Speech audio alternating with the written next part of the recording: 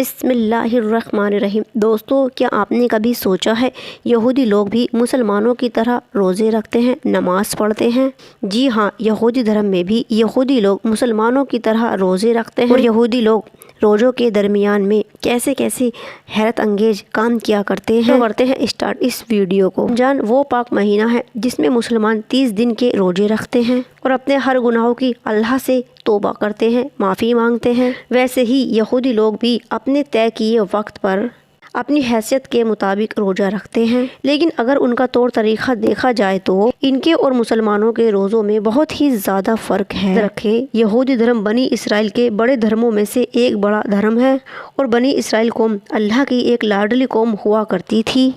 اس قوم کی ہدایت کے لیے اللہ پاک نے 48 انبیاء کو اس قوم کی ہدایت کے لیے بھیجا، اور خاص طور پر یہودی دھرم کی نسبت حضرت موسیٰ رضی اللہ تعالی عنہ کی طرف جاتی ہے، کیونکہ ان کی نسل تعلق حضرت یعقوب علیہ السلام سے تھا، اور اسی لیے ان کو بنی اسرائیل بھی کہا جاتا ہے۔ دنیا کے اور دھرموں کی طرح یہودی دھرم بھی اپنے الگ الگ طور طریقے رکھتا ہے۔ مذہب اسلام کی طرح یہودی لوگوں میں بھی اذان دی جاتی ہے، عبادت بھی کی جاتی ہے اور روزے بھی رکھے جاتے ہیں، لیکن ان کا طریقہ وقت کے حساب سے دیکھا جائے تو ان دونوں دھرموں میں بہت ہی زیادہ فرق نظر آتا ہے۔ دوستو، روزے کا تصور موسٹلی ہر دھرم میں پایا جاتا ہے،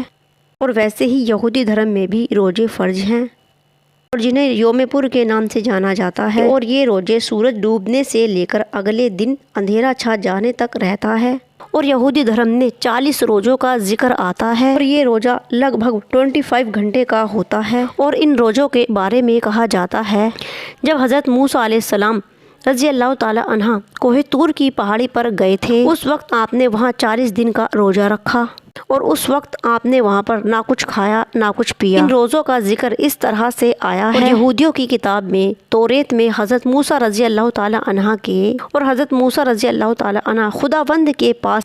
اور توریت میں یہودیوں پر عاشوراء کا روزہ بھی فرض کیا گیا ہے، اور اس روزے کا ذکر کچھ یوں آیا ہے کہ تم پر یہ اب بھی فرض ہی ہوگا کہ تم میں سے سبھی 7ویں مہینے کے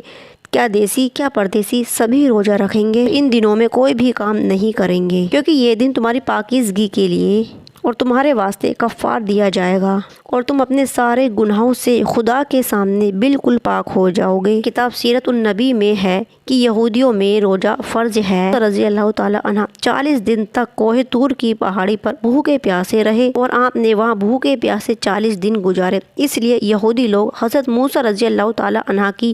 پیروی کرتے ہوئے 40 دن کا روزہ رکھتے ہیں، لیکن 40 دن کا روزہ ان پر ہر حال میں فرض ہے، اور یہ روزہ 7ویں مہینے کی 10 تاریخ کو آتا ہے، جسے عاشوراء کہتے ہیں، اور کہا جاتا ہے اسی تاریخ کو حضرت موسیٰ رضی اللہ تعالی عنہ کو توریت کے 10 احکامات نازل ہوئے تھے، اسی لیے توریت میں ان روزوں کی نہایت ہی تاکید کی گئی ہے۔ اب اگر یہودی دھرم کے فرض روزوں کی بات کی جائے تو حضرت موسیٰ کے دور میں بنی اسرائیل پر ایک ہی روزہ فرض تھا، جسے قوم کفورہ بھی کہا جاتا ہے۔ پھر حضرت موسیٰ رضی اللہ تعالی عنہ کے بعد اللہ تعالی نے بنی اسرائیل پر شمار نبی بنا کر بھیجے، انہوں نے مختلف تعداد میں روزے رکھے،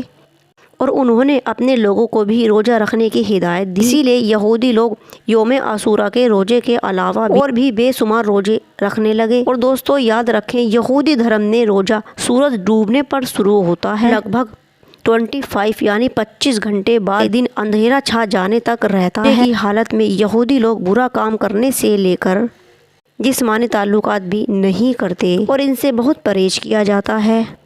اور یہودیوں کے روزے میں کھانے پینے، نہانے، خوشبو لگانے، تیل لگانے، کریم لگانے، جسمانی تعلقات بنانے سبھی سے پرہیز کیا جاتا ہے۔ اور اس کے علاوہ بھی یہودیوں کے روزے میں حیران کر دینے والی بات یہ ہے کہ چمڑے کی چپل جوتے تک وہ نہیں پہن سکتے،